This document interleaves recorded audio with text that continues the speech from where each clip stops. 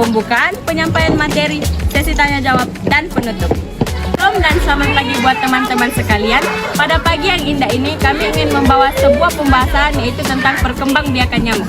Sebelum itu izinkan kami perkenalkan diri.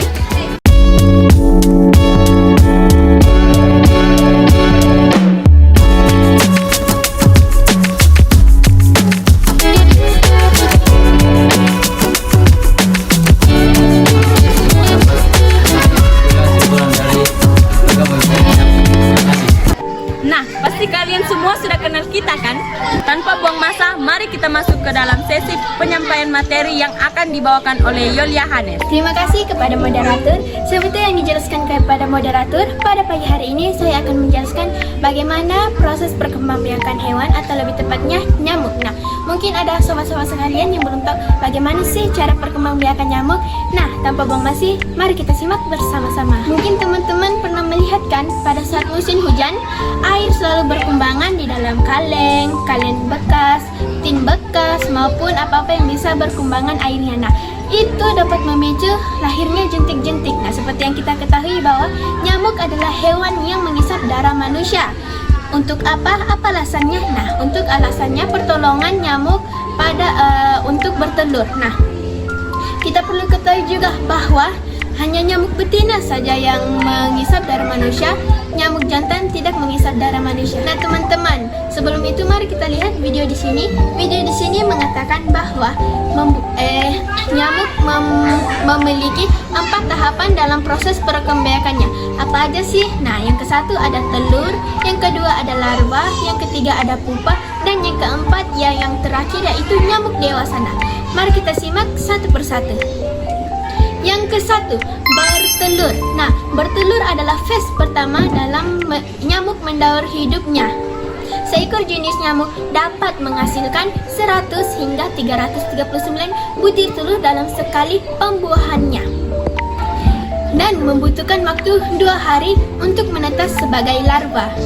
Yang kedua, ada larva. Nah, larva di sini nyamuk bisa bertukar kulit sebanyak 4 kali yang disebut sebagai inter 1, inter 2, inter 3, dan gantian kulit tersebut diikuti sesuai dengan perubahan pada ukuran nyamuk sebelum melakukan fase transaksi pupa. Fase inkubasi itu umumnya dapat berjalan sekitar 5 hari sampai 10 hari. Dan yang ketiga ada pupa.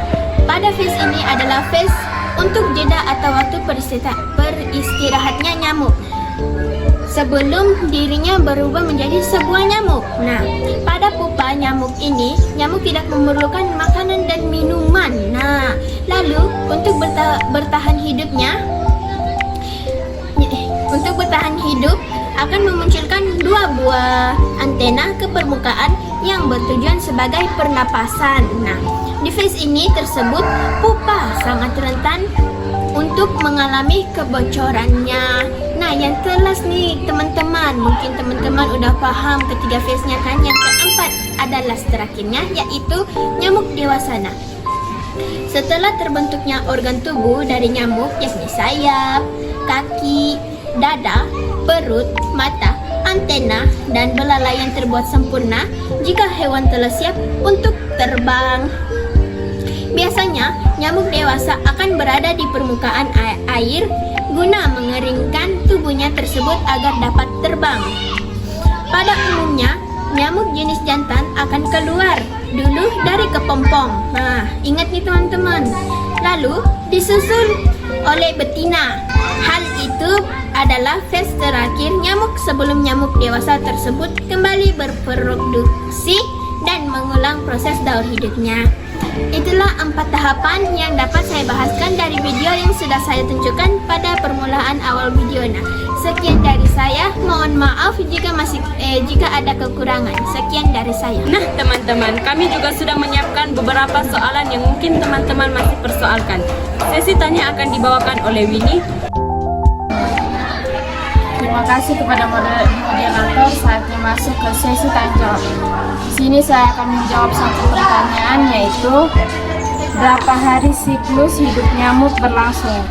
Siklus hidup nyamuk berawal dari telur hingga menjadi dewasa. Biasanya memerlukan waktu selama 8 hingga 14 hari.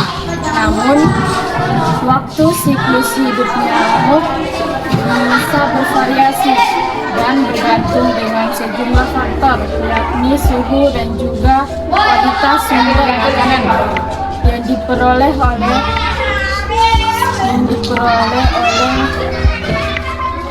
Karena presentasi yang dapat kami sampaikan, sebelum mengakhiri presentasi kami, mari kita sama-sama mendengar simpulan yang akan dibawakan oleh Alex.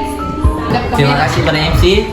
Sekian dari penjelasan di atas, kita sudah tahu kan proses perkembangbiakan nyamuk.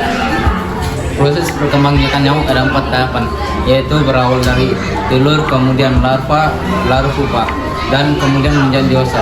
Nah, proses perkembangbiakan tahap ini disebut sebagai metamorfosis. Dan satu lagi, nyamuk juga disebut sebagai serangga yang dapat membiarkan penyakit. Oleh karena itu kita harus mencegah ia untuk tidak berkembangbiakan dengan cara menutup semua wadah, lubang ataupun genangan air, bersihkan sampai dapat menampung air dan lain-lain.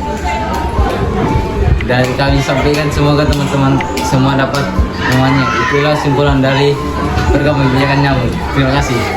Sekianlah presentasi kami, sampai jumpa di lain hari.